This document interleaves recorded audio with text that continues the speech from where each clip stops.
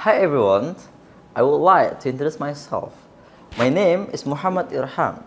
I'm a student of Palmer University in English Literature Department. Work is one way for someone to express what he feels. Even now, we can find a lot of writings about the twists and turns of young romance. Even in the past, literary works become one of the staples of civilizations. Do you know when this romantic literary work began in England? So, I'm standing here.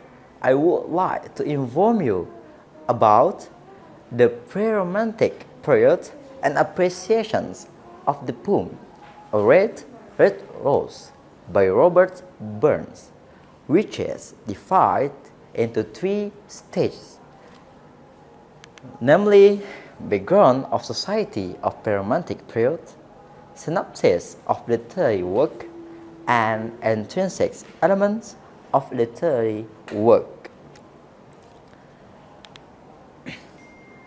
The pre-romantic period began with Tom Tull's reign of George III. During this period, there was a long war between England and France, known as the 7 Years' War. Because the war cost a lot, the British economy at that time was destroyed and England no longer controlled world trade.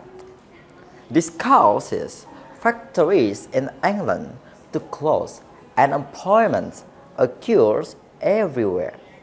It was this economic depression that caused riots in various places in England, and a liberal economic system emerged which caused certain changes in the British economy.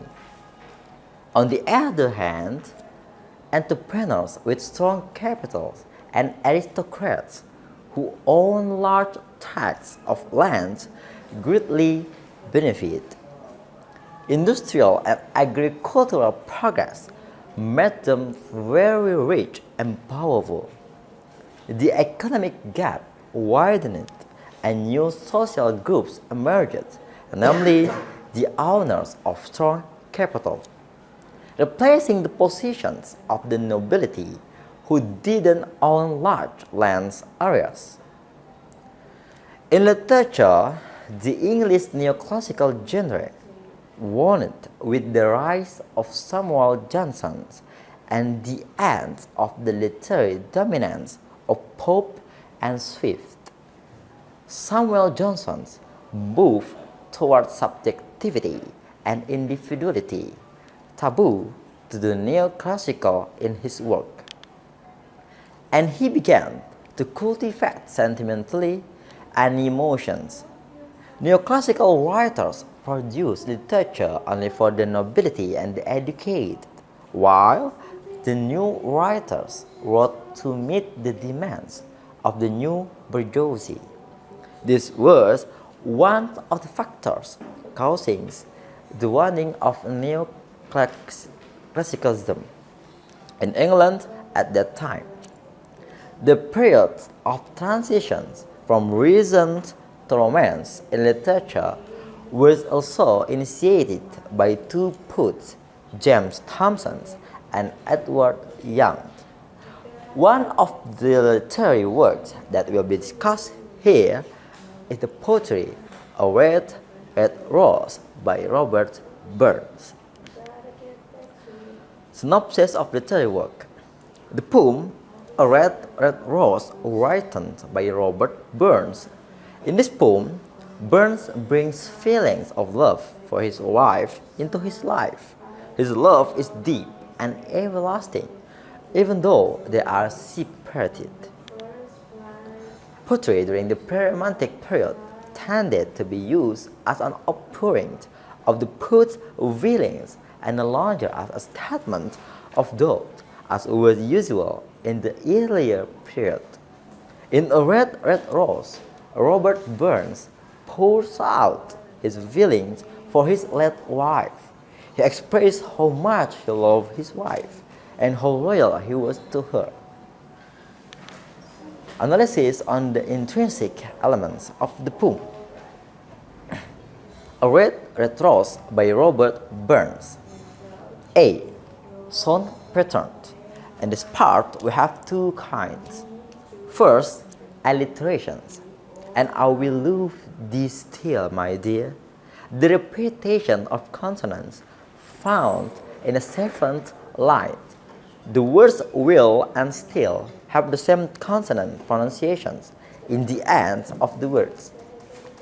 Till are the seas getting dry, my dear. In the ninth line, the alliterations found in the word dry and my, with the consonants W, and both of the words while the sun's all life shall run. Next, the repetitions of the consonants found in the words sans and shall. They have the same consonant pronunciations in the first of the words, which completed the harmony of the poem in the 12th line. 2. Assonance. Till are the seas getting dry, my dear. The word seas and dear has the same vocal sound ear, which is placed in the middle of the word, and where the will, my only love. The word the and will have the same vocal sound e, will have the sounds oi and we. B. Dictions. The word though in the fifth line is a chosen word.